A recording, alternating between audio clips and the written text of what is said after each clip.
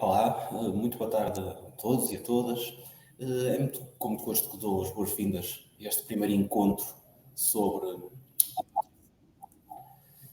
nutrição comportamental, entre a FECNAL e o Instituto de Nutrição Comportamental. O comportamento alimentar é uma área que mais do que nunca se reconhece como fundamental nas ciências da nutrição, e a Faculdade de Ciências da Nutrição e Alimentação da Universidade do Porto tem promovido, ao longo dos últimos anos, cada vez mais o estudo e a formação nesta área, o que se tem revelado, por um lado, no número crescente de estudantes de licenciatura, de mestrado, de doutoramento, a desenvolverem os seus trabalhos com temas relacionados, bem como nos diversos cursos de educação contínua sobre temáticas relacionadas com o comportamento alimentar.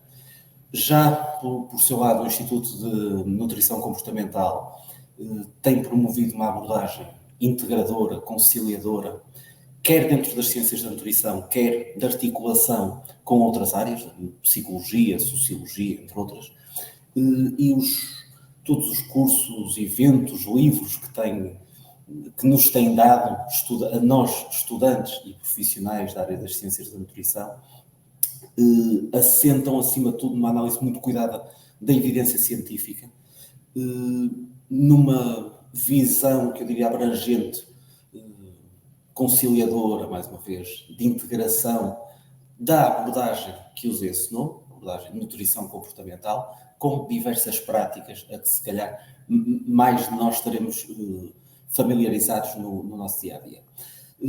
Permitam-me que agradeça ao professor Pedro Graça, enquanto diretor da FECNAL, pelo apoio que tem dado ao estudo e à formação na área de comportamento alimentar na FECNAL e ao incentivo a este encontro. Gostava também de agradecer à doutora Ingrid Nakamura a articulação, todo o trabalho de articulação com o Instituto de Nutrição Comportamental. Ela foi nossa estudante de mestrado e tem feito aqui esta gestão entre a FECNAL e o Instituto.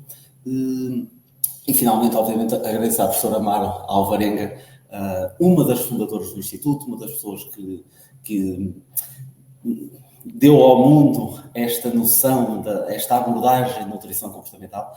Agradeço-lhe imenso a disponibilidade de vir aqui partilhar connosco um bocadinho, sei que lhe pedi uma missão impossível, de, numa hora, com o tempo para perguntas e respostas, nos dar uma primeira visão do que é que o Instituto tem para oferecer, o que é que podemos aprender com o vosso trabalho. No final teremos então espaço para questões que podem ir colocando no chat e espero que aproveitem. Muito obrigado, professora. Muito obrigada. Boa tarde a todos. Boa tarde, professor Rui Poinhos. Uma honra estar podendo ter essa colaboração com vocês para dividir essa temática que nos une em pesquisa, não é? O comportamento alimentar, então um foco de interesse e dividir com vocês, então, a abordagem nutrição comportamental. Novamente, eu convido vocês a colocarem as suas perguntas aqui no chat, nós vamos procurar respondê-los, mas teremos um momento final para perguntas e respostas e alguma discussão aqui, então, com vocês. Peço licença, então, aqui para começar a minha apresentação, falando, então, sobre a abordagem nutrição comportamental. Eu falo aqui também em nome das minhas sócias, as nutricionistas também Cíntia Antonaccio e Samantha Macedo. Eu, junto delas, sou a coordenadora de cursos do Instituto, sou nutricionista aqui no Brasil, fiz o meu mestrado, doutorado, programa de pós-doutorado na Universidade de São Paulo, onde eu sou orientadora do programa de pós-graduação em nutrição e saúde pública, então, pesquisando essa temática, comportamento alimentar, então, que nos une nessa tarde. Como eu cheguei a essa questão? Né? Então, na verdade, desde do meu mestrado, focando ainda o público de transtornos alimentares, eu estudei pacientes do Centro de Referência em Transtornos Alimentares aqui do Brasil, que se chama Ambulim. Ele está dentro do Instituto de Psiquiatria, do Hospital das Clínicas, da Faculdade de Medicina da Universidade de São Paulo, que é a nossa principal universidade, e ali eu já tive que debater junto da minha orientadora diferentes terminologias que nós usamos na área da nutrição. E com exceção de consumo alimentar e nutricional, que é bastante padronizado e nós temos a mesma linguagem, se falamos consumo alimentar, estamos falando de grupos de alimentos, grãos, carnes, leite derivados, frutas, vegetais. Se falamos de consumo nutricional, aí estamos falando de calorias, macro, micronutrientes. Os demais nomes são ainda hoje um tanto confusos na área da nutrição. Eu fiz o meu mestrado entre 1994 e 1997, então isso era um bocado mais confuso. Nós não encontrávamos definições muito claras sobre isso, especialmente no meu doutorado. Nós acreditávamos que, entre várias coisas, estávamos investigando comportamento alimentar, mas não foi nem um pouco fácil encontrar uma definição de comportamento alimentar. Ele não estava nos nossos livros clássicos de nutrição, e mesmo no nosso levantamento bibliográfico apareciam coisas muito diversas. Foi uma dificuldade encontrada, então, nesse começo do meu percurso de pesquisa. Eu defendi, de qualquer forma, o meu doutorado em 2002, com o título Bulimia Nervosa, Avaliação do Padrão e Comportamento Alimentares. O meu mestrado foi um estudo transversal, com aspectos alimentares gerais, aqui um estudo de segmento desses pacientes, e na sequência, segui estudando transtornos alimentares. Nós publicamos um primeiro livro com um apanhado desses achados em 2004, um segundo livro em 2010, e apenas para mencionar, temos um livro atualizado sobre transtornos alimentares, publicado agora em 2021, seguindo os critérios diagnósticos que foram atualizados do DSM-5 para diagnóstico de transtornos alimentares. Mas depois do meu doutorado e destas publicações, eu segui estudando, até porque vivenciei, então, essas questões de comportamento alimentar ali na pesquisa, e na hora de publicar os dados, tive algumas revisões que começaram a me dizer que a definição usada ali nos artigos não era exatamente o que correspondia a comportamentos alimentares, mesmo depois de eu ter encontrado aí uma definição publicada por uma professora brasileira aqui também no doutorado dela da USP. Isso acabou me levando a fazer um pós-doutoramento, também ali na Universidade de São Paulo, mas já buscando mergulhar um pouco mais, então, nessa área, fora do país e não apenas na nutrição. Uma vez que me recomendaram estudar uma série de artigos e autores da área da psicologia, entre eles o Dr. Paul Rozin, que é um professor hoje aposentado da Universidade da Pensilvânia, uma autoridade em estudos sobre psicologia e alimentação, naquilo que uma linha da psicologia chama de psicologia social da comida. Nós temos algumas publicações, alguns livros sobre isso, publicações do Dr. Rozin a respeito, e fiz, então, parte do meu pós-doutorado com ele na Universidade da Pensilvânia. O meu trabalho teve como título Escala de Atitudes Alimentares, Desenvolvimento, Avaliação Psicométrica e Aplicação. Porque Dr. Rozin, assim como outros psicólogos da psicologia social da comida, usam mais o termo atitudes alimentares. E por isso eu tinha recebido aquela revisão questionando um pouco a minha definição de comportamento. Aí eu quis estudar mais comportamento. Se isso não é claro para todos vocês, comportamento é o foco de estudo da psicologia, que é denominada, então, muitas vezes como estudo científico da mente e do comportamento. Só que a psicologia estuda todos os comportamentos. E, claro, na nutrição, nós estudamos comportamentos alimentares. A grande pergunta, geral que a psicologia procura responder é por que as pessoas fazem o que elas fazem. E assim, então, na nutrição, nós, com comportamento alimentar, procuramos de alguma forma responder por que as pessoas comem o que elas comem. Mas, mergulhando cada vez nos estudos da psicologia, eu fui descobrindo, então, a partir especialmente do meu pós-doutorado, que as diferentes linhas da psicologia acabam definindo o comportamento de maneiras diferentes. E isso traz também alguma confusão e pouco alinhamento. Se nós não tínhamos lá, né, nos anos 90, começo dos anos 2000, definições claras de comportamento alimentar nos livros clássicos de nutrição, isso também não acontece e não acontecia nos livros clássicos de psicologia. Eles definem comportamento de maneiras diversas, mas o comportamento como um todo. Há até quase certa briga entre os cognitivistas e os comportamentalistas e os psicanalistas e etc., com definições que variam um tanto aí com relação a essa temática. Eu segui estudando comportamento alimentar, especialmente com colegas psicólogos, aqui também na Universidade de São Paulo, no Instituto de Psicologia, e nós fomos mergulhando cada vez mais na ciência do comportamento alimentar e publicamos também, no começo de 2022, esse livro que se chama Ciência do Comportamento Alimentar, organizado aqui junto a psicólogos e nutricionistas e com a parceria de vários coautores também da psicologia e da nutrição, num olhar aqui realmente mais comportamentalista, ou aquilo que os psicólogos acabam chamando bastante de behaviorismo mesmo, usando o anglicismo dessa área. Nós definimos nesse livro, então, com esse olhar, fazendo também um histórico dessas diferentes definições sobre comportamento, o comportamento alimentar como a relação entre o organismo e seu ambiente a partir do recorte da alimentação. Quando falamos organismo aqui, poderíamos falar de animais também, né? Focamos mais nos humanos. Então, a relação entre as pessoas e o seu ambiente, né, a partir da alimentação. O ambiente é fundamental nesse contexto, porque nós sempre nos comportamos dentro de determinado contexto. Né?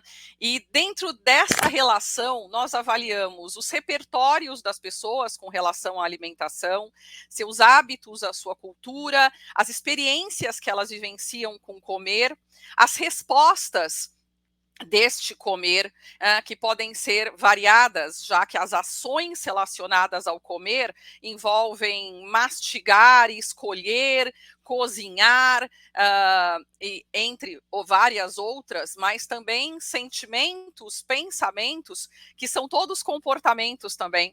Nós usamos nessa área apenas uma diferenciação de comportamentos privados, que seriam meus pensamentos e os meus sentimentos, e comportamentos públicos. Na presença de quem esses comportamentos acontecem, as consequências que são geradas por essas respostas, que ajudam determinados comportamentos a se manterem ou não.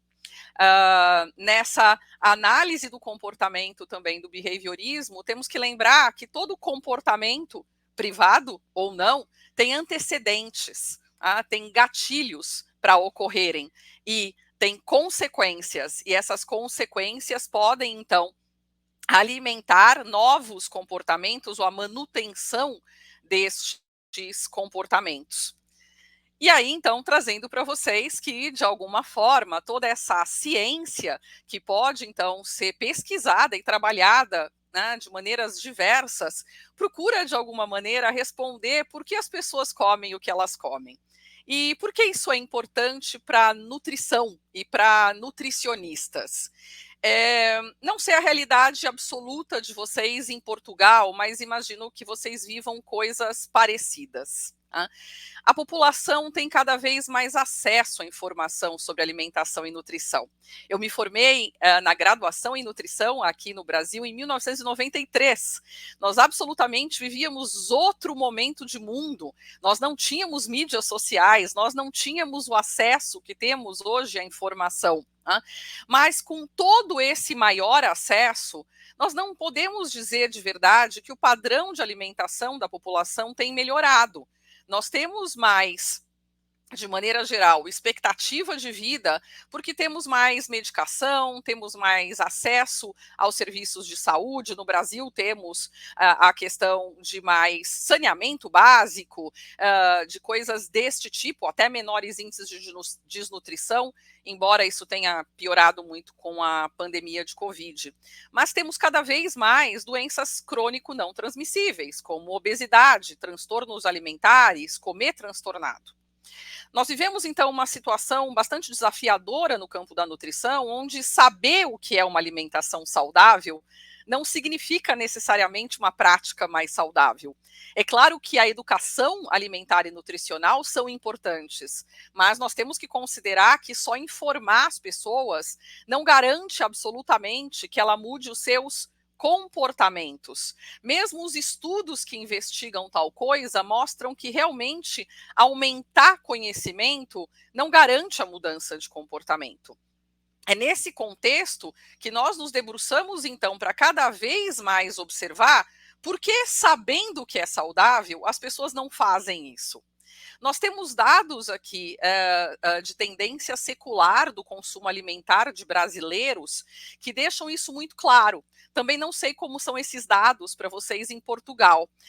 Se vocês não conhecem, isso está acessível nas redes. O Brasil tem uma série de pesquisas chamadas de POFs, pesquisas de orçamento familiares, que são conduzidas pelo Instituto Brasileiro de Geografia e Estatística, chamado IBGE. Na verdade, isso acontece desde a década de 80, né? Mas especialmente desde as comparações dos anos 2000, nós temos muita clareza de que perfil é esse. Tá? Existem relatórios bastante detalhados mostrando as diferenças regionais do Brasil, as diferenças por faixa etária, por faixa socioeconômica, mas nós vemos muito a redução do consumo de alimentos básicos, como arroz e feijão, que é um clássico brasileiro, e uma participação cada vez maior de alimentos ultraprocessados. Acredito que vocês saibam que essa é uma tônica importante de pesquisa e discussão no Brasil, que está muito presente no Guia Alimentar para a População Brasileira, que tem sido muito difundido, né, que também é acessível pela internet. Então, todos sabem hoje que deveriam comer mais frutas e legumes. Todos sabem que deveriam comer mais açúcar e menos açúcar e menos gordura. Se sabem, por que não fazem? Né? Adianta simplesmente oferecermos, então, novamente, a informação? Né? E aí voltamos, então, né, a justificar o foco no comportamento. Porque, então, dizer ou prescrever, né, mandar o que fazer, não garante que um paciente siga as recomendações. Nós somos treinados para dizer o que é bom, o que é ruim, para mostrar o que é um padrão alimentar saudável. Mas cada vez mais os pacientes se apresentam para nós, nutricionistas, dizendo: olha, eu sei tudo o que eu devia fazer, mas eu não consigo fazer. E aí, que ferramentas nós temos? Né? Seria o caso de dar uma bronca no paciente e dizer, mas você tem que fazer? Ou repetir de novo a mesma informação? Nós não temos tido sucesso com esse tipo de foco. É por causa disso que nós criamos o Instituto Nutrição Comportamental. Né? Nós criamos isso como 5 nutricionistas que tinham essa expertise de pesquisa e prática com um foco bastante em transtornos alimentares, da onde aprendemos bastante, e também de comunicação em alimentação e nutrição, observando então essas questões. Estamos falando cada vez mais de alimentação e nutrição com diferentes públicos em nossos consultórios e precisamos de outras estratégias. Nós fomos apresentadas a estratégias comportamentais, especialmente no trabalho com transtornos alimentares. Essa colega psicóloga que publicou conosco Ciência do Comportamento Alimentar trouxe uma visão bastante importante, que imagino é o mesmo para vocês. Que tanto na psicologia como para a nutrição, nós começamos muitas vezes a estudar comportamento alimentar pela patologia, pelos transtornos alimentares. A maioria de nós, né, que enveredou muitas vezes para essa temática, né, assim, aprendeu por aí. Mas, na verdade, antes de estudar o comportamento alimentar patológico, nós deveríamos estudar o comportamento alimentar funcional, porque todos nós temos um comportamento alimentar e entender, então, as suas bases, né? Além das minhas sócias, essas idealizadoras são as nutricionistas Manuela Figueiredo, que tem uma origem bastante portuguesa, e Fernanda Timmerman, e nós lançamos isso num primeiro congresso para nutricionistas aqui no Brasil, realizado em 2014. Nós vamos fazer agora o nosso 10º congresso em 2024. Lançamos, então, essa proposta e, na sequência, né, disso, nós vemos fazendo, então, estes congressos destinados essencialmente a nutricionistas, a estudantes de nutrição, mas também abertos a outros profissionais da área da saúde, né, trazendo temáticas relacionadas a diferentes aspectos do comportamento alimentar. Os nossos últimos congressos, né, reúnem em torno de 600, 800 pessoas aqui na cidade de São Paulo. Nós não paramos nem na pandemia, onde fizemos o congresso de maneira online, já tivemos a participação de importantes pesquisadores internacionais conosco também nestes congressos. E nós publicamos na sequência as bases científicas dessa nossa abordagem já no ano de 2015, então um ano depois do nosso primeiro congresso.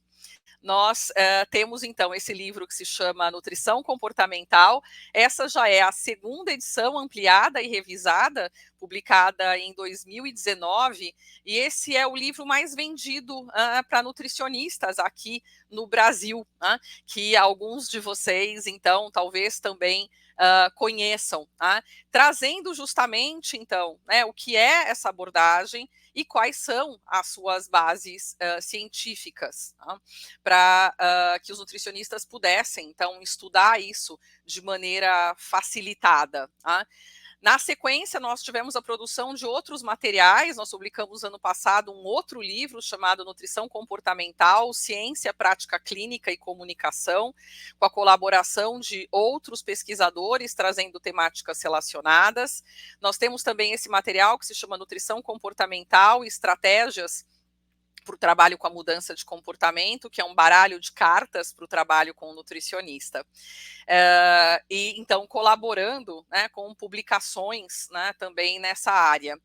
E nós temos um site que é justamente o nutriçãocomportamental.com.br, onde apresentamos, então, a nossa história, a nossa missão, nossos objetivos, e convidamos vocês a nos conhecerem, assim como as nossas mídias sociais. Nós temos um grande número de nutricionistas engajados no nosso Instagram, com publicações sistemáticas aí sobre temas relacionados. Nosso canal de YouTube, onde estamos hoje, tem uma série de aulas e palestras abertas e gratuitas para todos aqueles que se interessam também por essa temática. E oferecemos, pelo Instituto Nutrição Comportamental, uma série de cursos de extensão em temáticas relacionadas a comportamento alimentar, aqui cursos que variam entre 3, 4, 5 horas, bem como oferecemos uma formação em nutrição comportamental que dura 1 ano. Professor Rui Poinhos agradeceu a Ingrid Nakamura, que então fez o mestrado aí orientada por ele na Universidade do Porto, é nutricionista aí da Ordem dos Nutricionistas de Portugal, assim como do Conselho Federal de Nutrição do Brasil, onde ela é especializada em nutrição clínica pediátrica e está se aprimorando em transtornos alimentares. A Ingrid foi nossa aluna do curso de formação em nutrição comportamental. É um curso online, portanto ele é acessível para pessoas também de outros países. Nós já tivemos alguns alunos de Portugal conosco, a língua, né, nos aproxima, e é sempre uma alegria poder trocar com colegas portugueses. Então, se vocês quiserem mais informações sobre os nossos cursos, os contatos da Ingrid estão disponíveis para você. A Ingrid está aí no chat nos ajudando. Também aqueles que quiserem conhecer um pouco mais sobre a história do Instituto Nutrição Comportamental e dessa abordagem, eu vou na sequência falar para vocês dos nossos pilares, nossas premissas e esse alinhamento com o comportamento alimentar. Esse QR Code, para quem tem o celular que gera automaticamente, leva esse guia em PDF, senão, novamente, vocês podem contactar a Ingrid e ela manda esse material gratuitamente para vocês. Tem algumas reflexões aí também sobre o seu conhecimento e atuação na área de comportamento alimentar. Gosto de chamar a atenção, de qualquer forma, fazendo então todo esse preâmbulo aqui, né, sobre por que criamos, né, esse instituto e essa abordagem, né, que com certeza então foi para falar de comportamento alimentar, né, da onde usamos o nome nutrição comportamental.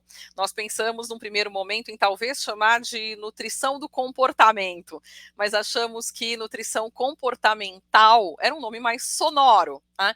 E nós fizemos uma ampla busca na época, né, e ninguém usava esse nome no Brasil absolutamente. Encontramos apenas uma clínica americana, de transtornos alimentares que usava esse nome. Nós temos um registro de marca mista aqui no Brasil, no Instituto Nacional de Patentes, como Instituto Nutrição Comportamental, com o nosso logo. Mas é preciso, e depois eu coloco para vocês mais uma imagem para marcar isso, né, entender que comportamento alimentar é uma ciência. Tá? Uma ciência, então, né, que estuda por que as pessoas comem o que elas comem, estuda o comportamento com recorte da alimentação. Mas quando falamos de comportamento alimentar, nós podemos focar em coisas muito diversas. Às vezes, recebo estudantes ou colegas, né, me procurando para dizer: me interesso muito por essa área, né? Gostaria de fazer o meu trabalho de conclusão de curso, ou encaminhar a minha pesquisa de mestrado ou de doutorado para comportamento alimentar. Você poderia me dizer qual seria uma temática de interesse? Nossa, é uma infinidade de possibilidades, né? E aqui não estão contempladas todas.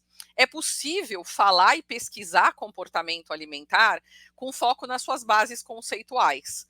Eu falei aqui rapidamente para vocês, então, que existem algumas diferenças conceituais no olhar cognitivista, o olhar behaviorista, tem autores da psicologia que procuram juntar os dois olhares, né, o behaviorista com o cognitivista, existe o olhar da psicanálise, existe o olhar skinneriano, né, pensando em Skinner como pai do behaviorismo, né, para a explicação do comportamento. É possível se debruçar apenas sobre estes aspectos e poder pensar, então, aí sobre, né, o conceito do comportamento alimentar e tudo que ele abarcaria.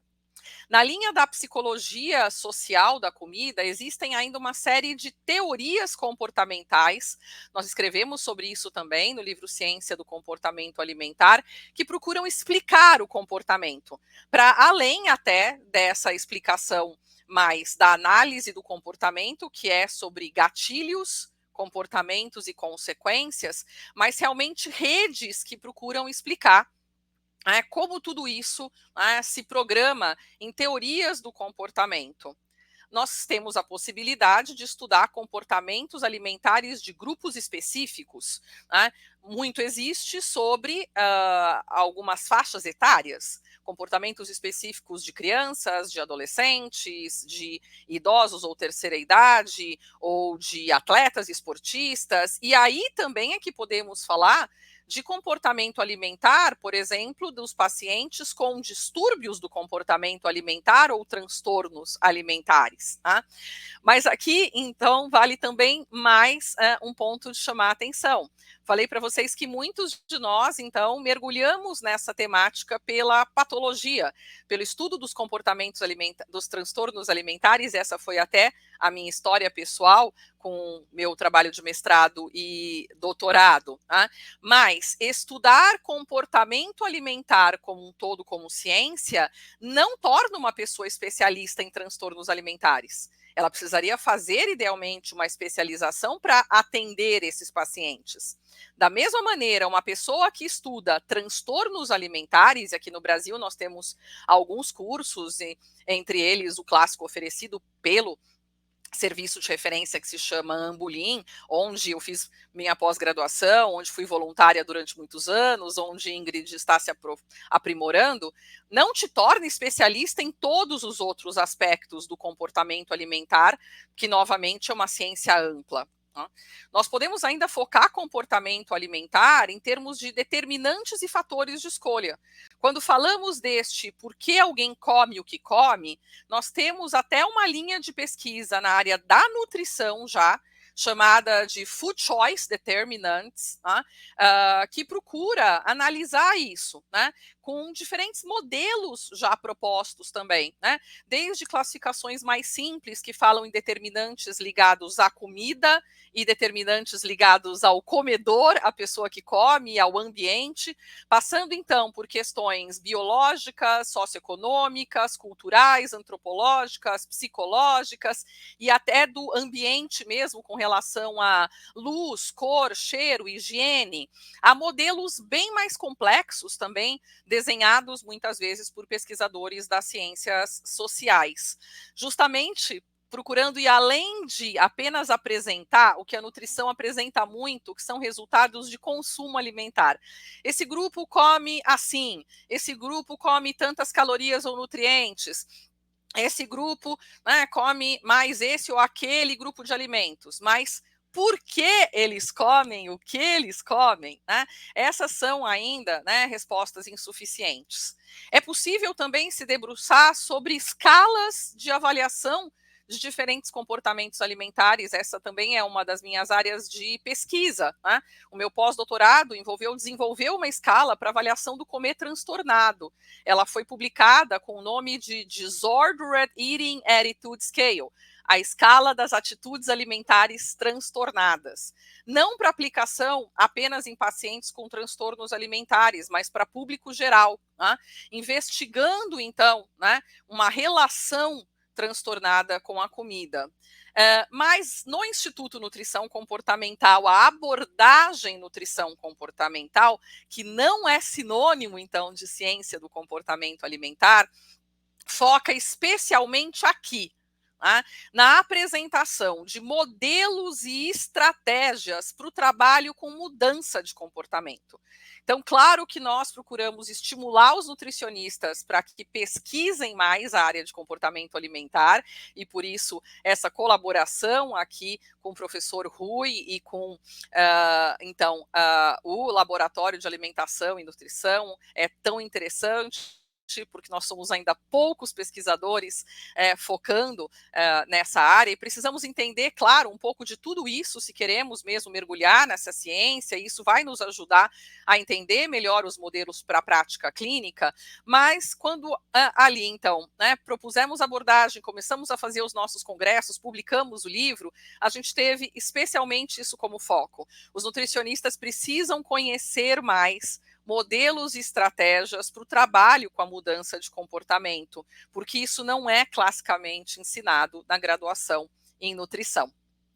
Como essa confusão acontece muito, pelo menos aqui no Brasil, esse é um post que nós fizemos há algum tempo ali no nosso Instagram, né? Colocando ali de maneira resumida mais uma vez, né? Então, que comportamento alimentar é um construto, é um conceito, é uma ciência que abarca, então, todas as relações humanas com o comer, incluindo os sentimentos, pensamentos, valores, crenças, e que ainda é pouco estudada por nutricionistas e pela ciência da nutrição.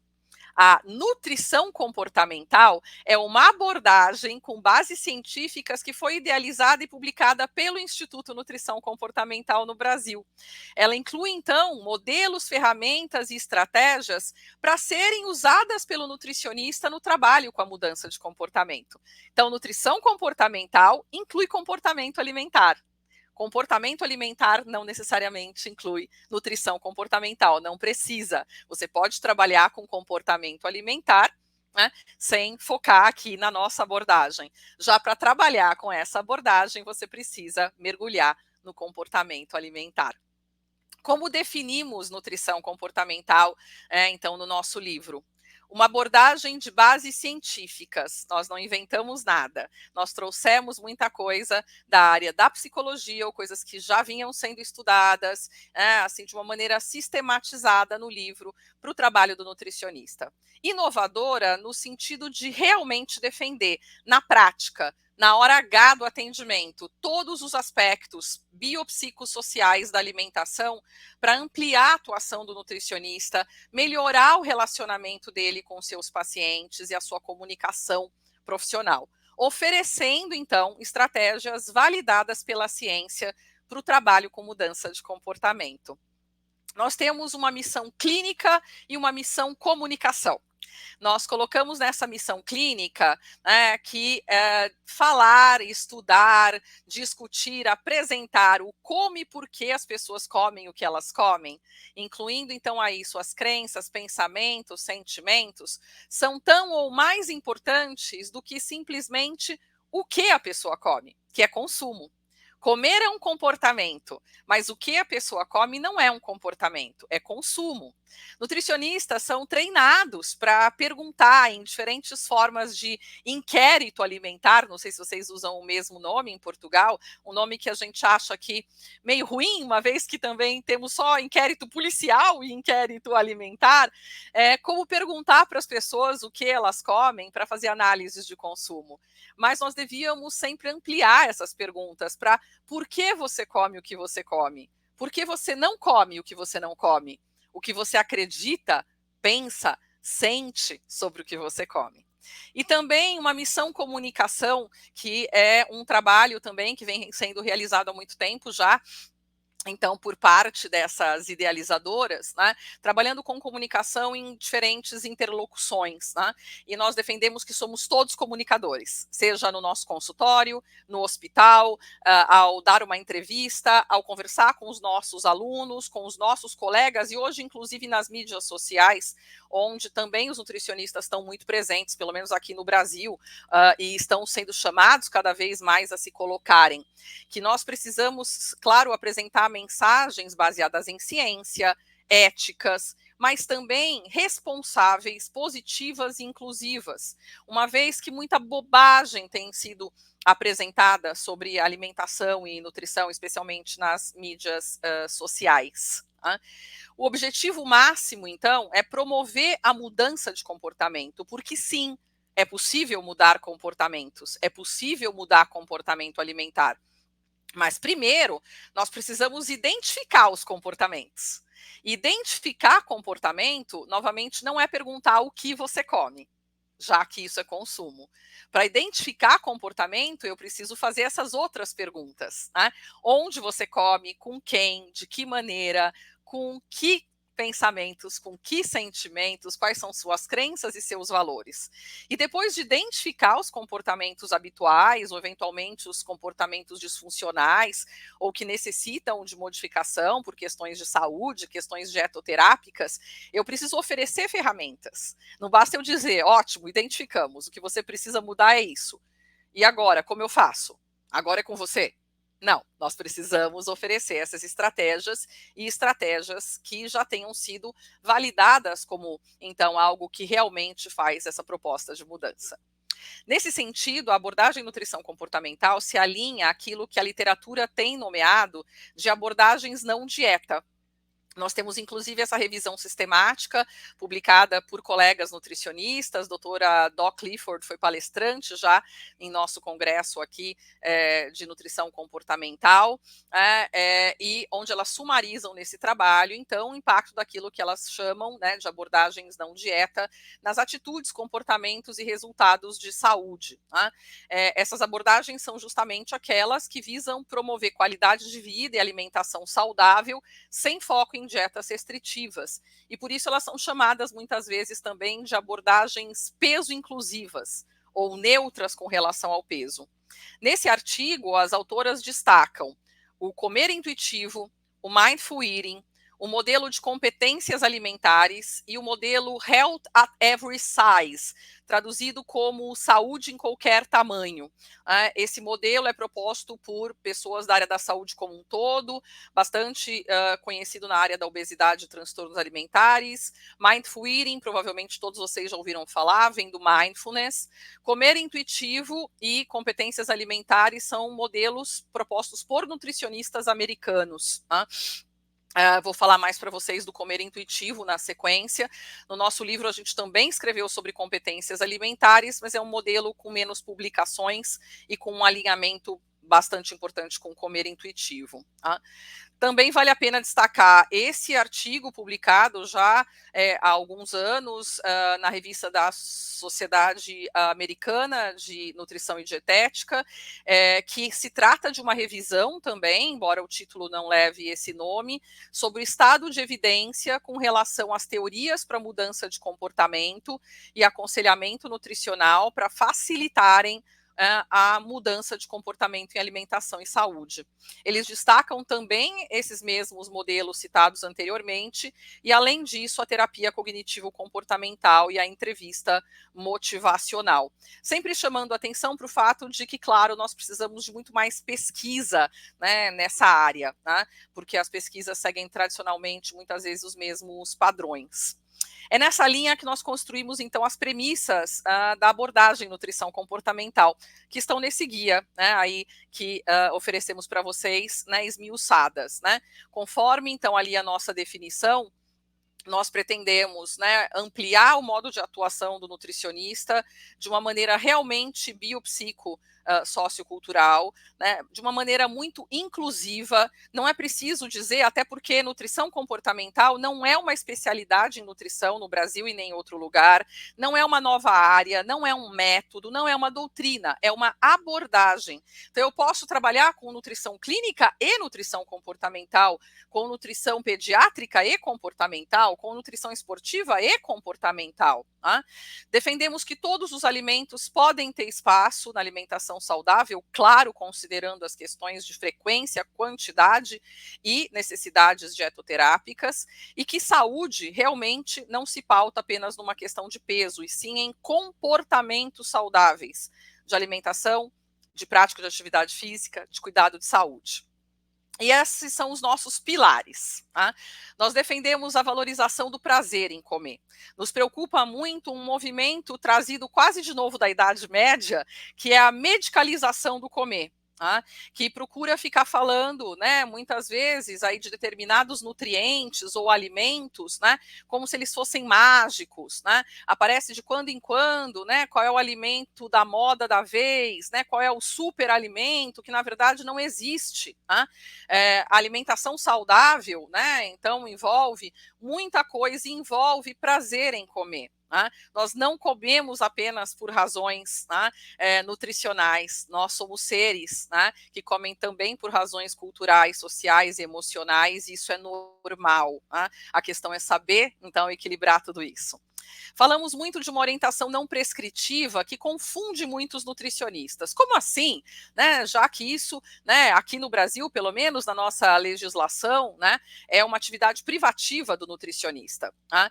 Precisamos ir ao dicionário, ver que prescrição, né, significa ordem, mandamento e regra. Ninguém gosta disso. Tá?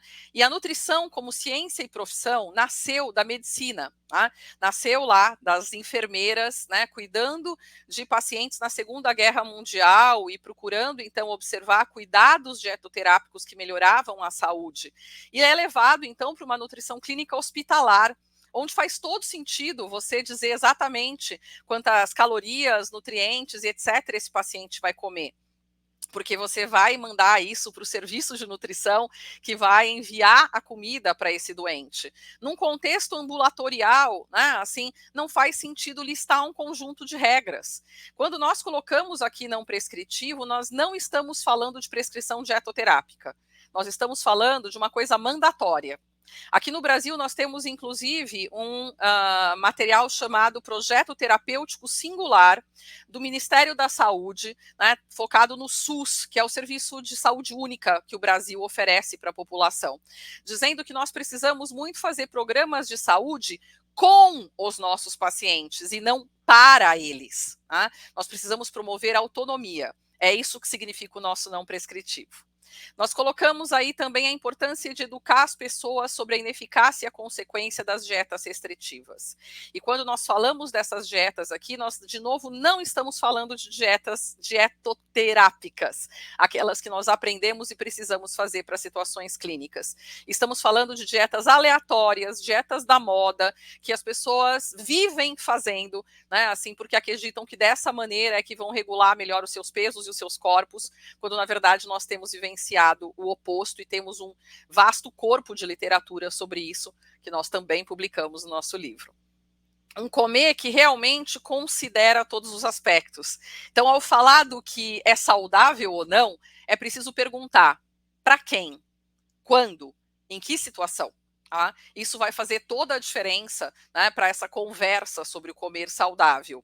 E sair das regras externas, mandatórias novamente, e promover um comer que considera uma autorregulação interna, onde novamente a proposta é trazer autonomia, né, e que os nossos pacientes e clientes possam se guiar pelos sinais de fome, de saciedade, de satisfação, possam compreender os seus corpos ou aprender a entender os seus corpos e as suas necessidades alimentares, para além só de uma explicação do que é saudável ou não, né, mas entender muito como o seu corpo, né, reage e trabalha com os alimentos. Né? E como promover tudo isso? É daí que nós trazemos, então, modelos e teorias publicados, né, cientificamente já. Né? Entre eles, isso que eu citei para vocês, que essas revisões já publicaram. Entrevista motivacional, terapia cognitivo-comportamental, aconselhamento nutricional, todos vêm da psicologia, né, com aplicações específicas na área da alimentação.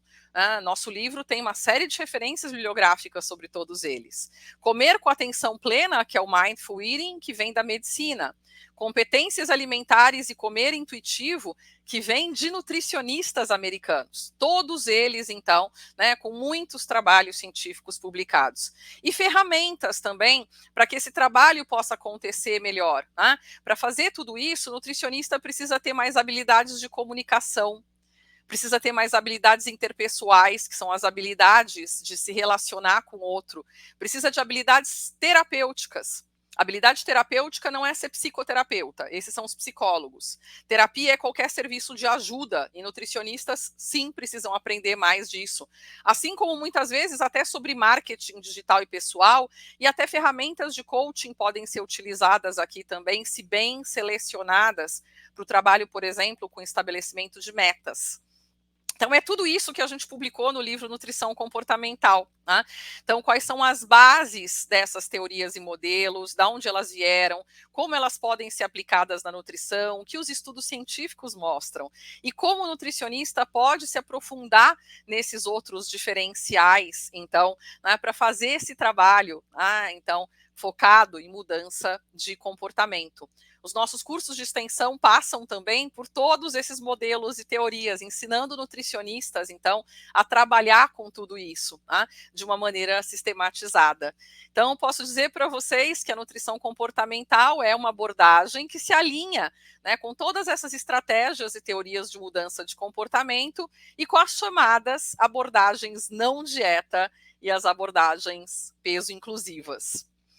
Alguns nutricionistas ainda ficam confusos com essa questão de ser um agente de mudança de comportamento, né? Mas eu posso trabalhar com mudança de comportamento? Né? Será que eu não estou invadindo a área do psicólogo? Existem algumas polêmicas bobas nesse sentido. Tá? Psicólogos que trabalham com comportamento alimentar são enfáticos em dizer que, claro, né, que podemos. Só nosso foco é a questão alimentar e aquilo que está relacionado a ela, né? Passando muitas vezes, então, por imagem corporal, por motivação, né? Por coisas desse tipo. Mas esse foi o artigo mais antigo que eu encontrei falando de nutricionistas como agentes de mudança de comportamento, publicado pelo Journal of American Dietetic Association em 78, né?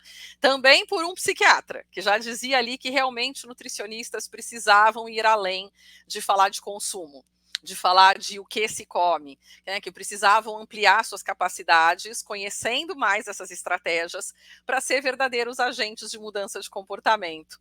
Nós costumamos dizer, então, pelo menos aqui no contexto brasileiro, né, e de novo, né, depois se vocês quiserem me falar até o que vocês vivenciam no contexto português, né, nutricionista não é esculpidor de corpo. Nutricionista não é emagrecedor. Né? O nosso curso forma especialistas em alimentação humana. Nós gostamos de dizer também que nutricionista não é polícia da comida, né? Justamente porque algumas pessoas ficam em cima do nutricionista perguntando: posso comer isso ou posso comer aquilo? Eu peguei para vocês os últimos dados publicados pelo Conselho Federal de Nutricionistas aqui no Brasil. São dados de fevereiro de 2021, é a última publicação que nós temos, então existe aí algum déficit. No Brasil, nós somos mais de 158 mil nutricionistas. Tá? Somos um número enorme de profissionais, somos um país muito grande, né, com mais de 220 milhões de habitantes. Tá? Somos especialmente mulheres, tá? Que estudaram em instituições privadas, né, que possuem pós-graduação e que estão atuando, né, além dos serviços de alimentação e nutrição, que empregam muito no Brasil, até porque as grandes empresas aqui são obrigadas por lei a terem nutricionistas em seus quadros como responsáveis pelos serviços de alimentação, que estão atuando em nutrição clínica, seja em hospitais, em ambulatórios ou em consultórios particulares, o que é uma tendência muito grande no Brasil, dado o número de profissionais e campo de trabalho. Além de saúde coletiva, tá? Trabalhando com grupos, e nutrição esportiva, somando esse grupo, então, né, aí um grande contingente de profissionais que estão trabalhando com atendimento de pessoas, né, e enfrentando, então, né, esse desafio, né, de ajudar de verdade as pessoas a mudarem comportamento. A nossa proposta, então, é sair dessa coisa engessada da dieta pronta, que diz come isso aqui, porque é isso saudável. Hoje nós temos, então, vários modelos novamente disponíveis no Google, né? Mas as pessoas não conseguem mudar comportamento, né? Porque existem milhões de questões ou de determinantes envolvidos nesse comportamento. A proposta é trocar isso por planejamento alimentar. Um planejamento que usa exercícios comportamentais, que esses modelos e teorias todos nos oferecem, que faz um trabalho de metas, que também esses modelos e teorias nos ensinam a fazer de uma maneira adequada, né, de uma maneira mais, né, funcional, né, e ferramental para os nossos pacientes. E uma outra pergunta que muita gente tem é: ok, interessante, mas acho que isso só serve para transtornos alimentares ou para quem tem o chamado comer transtornado, do inglês disordered eating, mas e para a população clínica? E para aqueles que precisam de alterações dietoterápicas, né? Eu posso também atuar com esses pacientes? Com certeza. Né? A abordagem nutrição comportamental, como eu falei, ela é inclusiva. Ela é complementar a todas as situações de nutrição clínica. Né? Nós vamos usar a base dos nossos conhecimentos de nutrição, dietoterapia, dietética, nutrição normal, bioquímica, etc., né? E aprofundar nas questões específicas para a mudança de comportamento. No nosso livro, a gente escreveu sobre alguns públicos específicos, que também são aqueles com os que a gente vem trabalhando mais e com que a gente encontrou mais trabalhos publicados: obesidade, transtornos alimentares, diabetes, atividade física, empresas, crianças e adolescentes, né? Mas ao longo, então, desses anos, 10 anos aqui de abordagem nutrição comportamental, a gente tem trabalhado cada vez com mais públicos. O nosso curso de formação tem essas discussões, né? E nós temos aula de nutrição comportamental para vegetarianos, para gestantes, para terceira idade. Né? No nosso último congresso, nós tivemos palestras sobre abordagem comportamental para climatério e menopausa, para a população LGBTQIA+. Eu tenho um trabalho de pesquisa com uma grande pesquisadora aqui do Brasil, né, e temos isso publicado, né, de uma experiência de intervenção comportamental com pacientes com doença renal crônica, uma situação clínica que exige muito cuidado dietoterápico específico. Então, cada vez mais a gente tem esse escopo, né, de trabalhos e experiências para contar para vocês, né, e falar, né, e defender realmente essa possibilidade. Né? Eu conversei com a editora Manoli, que publica os nossos livros. Esses 3 livros têm versões e-book. Tá? Porque fazer o envio de livros texto aí para além mar, né, muitas vezes se torna bastante custoso, mas aqueles que gostam das versões e-book ou Kindle, né, esses livros estão disponíveis nessas versões no site da editora Manoli, e eles me deram esse cupom para aqueles que tiverem interessados nessas publicações. Vai ser um prazer que vocês conheçam mais esse material, mas espero que vocês possam também aí realmente ler o guia de nutrição comportamental. E eu fico aqui disponível para perguntas que vocês possam ter sobre essa abordagem, né, torcendo, né, para que vocês aí de Portugal possam estar cada vez mais perto de nós, né, numa troca, né, já que nós temos essa língua quase comum. Espero que vocês tenham me compreendido bem.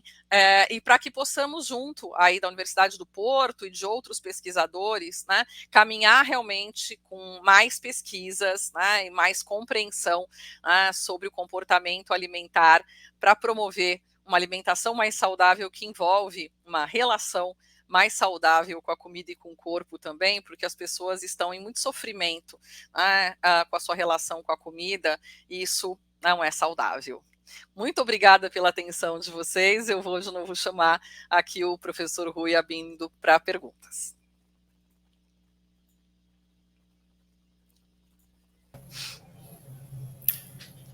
Bem, professora Bárbara, muito obrigado. Tinha-lhe pedido o impossível, mas acho que chegou lá perto.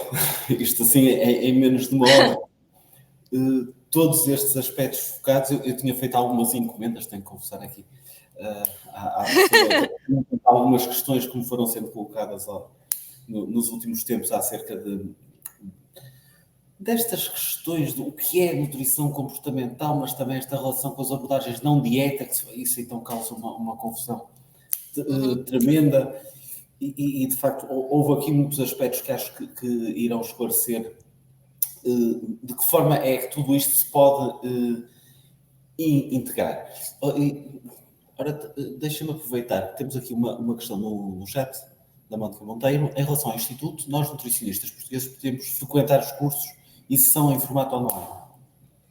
Sim, são todos em formato online, então eu convido vocês a conhecerem na nossa página. Você ganha um certificado, né, ou do curso de extensão ou do curso de formação, né? Então ele não é um certificado de pós-graduação, né? Isso não seria possível, né, no intercâmbio de países, mesmo aqui no Brasil, ele não é uma pós-graduação, ele é um curso de extensão. Como eu estou dizendo para vocês, não se trata de uma nova especialidade em nutrição.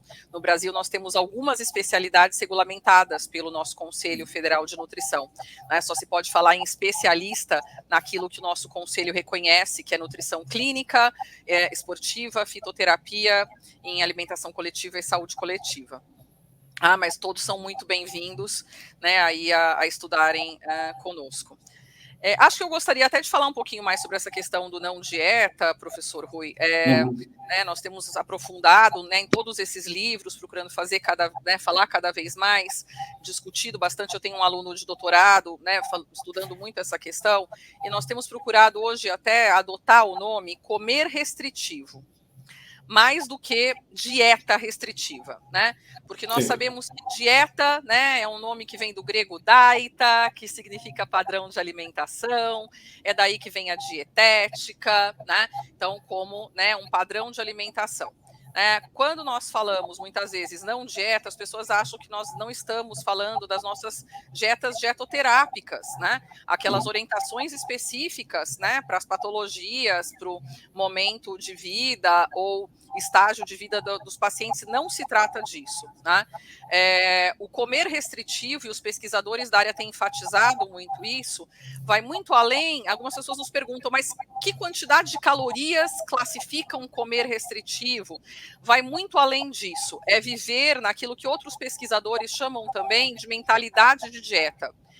Não se trata só de uma ação, é uma questão cognitiva. É uma pessoa que, independente até do que está comendo, ela está sempre pensando: eu não posso comer isso, eu não devo comer isso. E não porque ela recebeu uma orientação dietoterápica, porque ela acha que engorda, porque ela acha que faz mal, porque ela viu um influencer falar alguma coisa. E isso muito mais é o comer restritivo, que é avaliado, então, inclusive, até por algumas escalas psicométricas, né, e que são resultados trazidos por algumas pesquisas, que essas pessoas que vivem mais em comer restritivo são as que têm mais descontrole alimentar, são as que têm mais problemas com peso, são as que têm mais risco para transtornos alimentares. Exatamente. Aliás, o uso do termo controle cognitivo em vez de restrição em algumas dessas escalas. Exatamente. Julgo que essa explicação ajudará a que se perceba de facto de que modo esta abordagem, atrevo-me a dizer, estas abordagens, porque elas acabam por ser várias, acabam por ser muitas, são tranquilamente integráveis nas práticas profissionais de alguém que trabalha nos mais variados conceitos. Ora, temos aqui outra questão. Pode explicar um pouco mais o conceito de habilidades terapêuticas do nutricionista? E, por exemplo, com exemplos? Elas se comunicam ali um tanto com habilidades interpessoais, eu falei aquelas que a gente precisa usar, né, para se relacionar com os outros, né? Também não sei totalmente a realidade dos cursos de vocês aí em Portugal, mas as pessoas continuam se identificando comigo mesmo, eu tendo me formado já há muitos anos, que me ensinaram sobre o alimento, os nutrientes, o corpo humano, mas me ensinaram muito pouco sobre o relacionamento com o ser humano. E eu comecei, recém-formada, a atender pacientes com transtornos alimentares, pacientes, então, muito desafiadores com questões psiquiátricas. Comecei a atender em consultório recém-formada, com aquelas questões assim. Ensinaram para vocês o que fazer quando o paciente começa a chorar? Quando ele começa a perguntar da sua vida pessoal? Quando ele começa a gritar e brigar com você? Quando ele quer falar sobre morte? Nós precisamos, né, então, de discutir e trabalhar tudo isso. Habilidades terapêuticas envolvem uma coisa muito básica, né, mas difícil, que é parceria. E aí alguns desses modelos usam nomes diferentes. A terapia cognitivo-comportamental fala em empirismo colaborativo. Então, é muito mais do que simplesmente dizer para o paciente o que ele tem que fazer. Então, aquele paciente que chega e diz, eu sou diabético, estou assim, assado, você diz, ok, essa é a lista de alimentos proibidos e alimentos permitidos, está aqui a dieta calculada, faça isso. O empirismo colaborativo o que você conhece sobre o seu problema, o que já te explicaram, o que você já fez e funcionou, o que você fez e não funcionou, quais são as suas dificuldades, qual é o seu sistema de suporte, que estratégias você já experimentou, entre as diferentes coisas que você precisa mudar, por onde você quer começar. Que estratégias você tem para momentos difíceis. A entrevista motivacional trabalha muito isso que eles chamam também de planos de ação, e a entrevista motivacional usa muito um termo muito interessante também, que eles dizem, pare com o reflexo de consertar as coisas, que os nutricionistas e os profissionais de saúde têm muito. Você tem diabetes? Faça isso. Pare com o reflexo de consertar as coisas. O paciente... Profissionais da doença, em vez de profissionais de saúde, né? O paciente precisa se responsabilizar, e o nutricionista é um guia do processo. Ele vai ajudar no caminho da mudança de comportamento, Assim, não só dizer, faça isso. Porque se funcionasse, a gente até tentava, a gente já teria resolvido todos os problemas do mundo. Infelizmente, não funciona.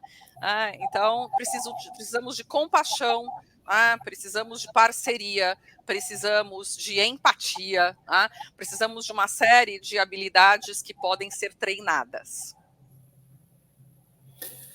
De facto, há muitos destes temas que são pouco explorados, nomeadamente a nível de licenciatura em nutrição dietética em Portugal.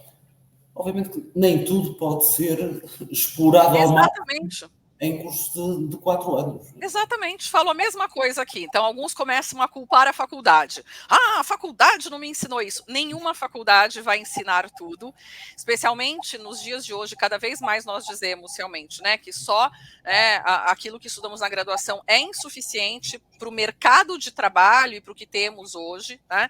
É preciso se aprofundar em outras coisas. A profissão de nutrição é muito generalista, né? Nós podemos atuar em muitas áreas, né? O currículo básico, cada um com as suas legislações, com certeza, tem número de horas mínimo, tem aquilo que ele tem que incluir, né? E nós precisamos procurar, né, formação complementar extra.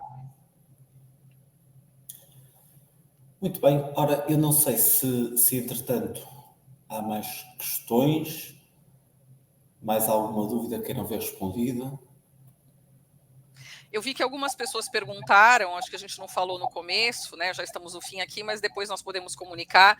A aula vai ficar gravada aqui no nosso canal de YouTube durante algum tempo, né? As pessoas podem usar aqui os comentários para fazer perguntas e nós vamos procurar retornar para vocês, né? Nós temos os outros nossos canais do Instituto também, mas nós vamos deixar a aula aqui para vocês mais algum tempo, né? Divulguem entre os seus colegas e parceiros, né?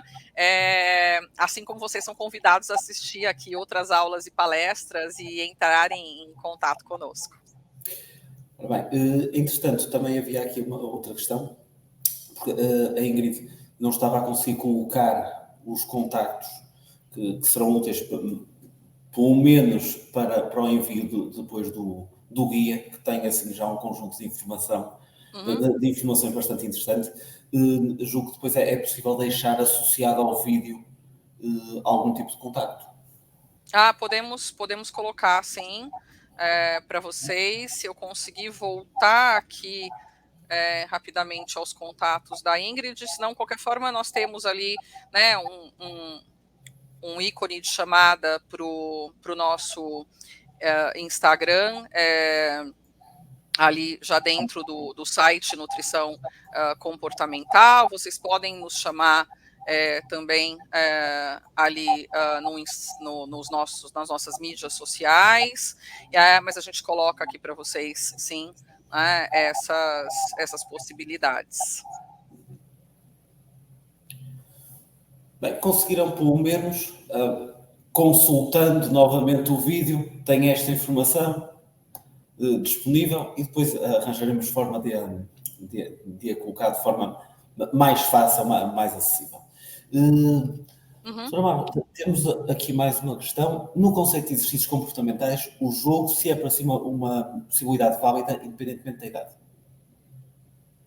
Sim, seria preciso pensar em que jogos, né? Mas acredito que é possível até desenvolver mais esse material.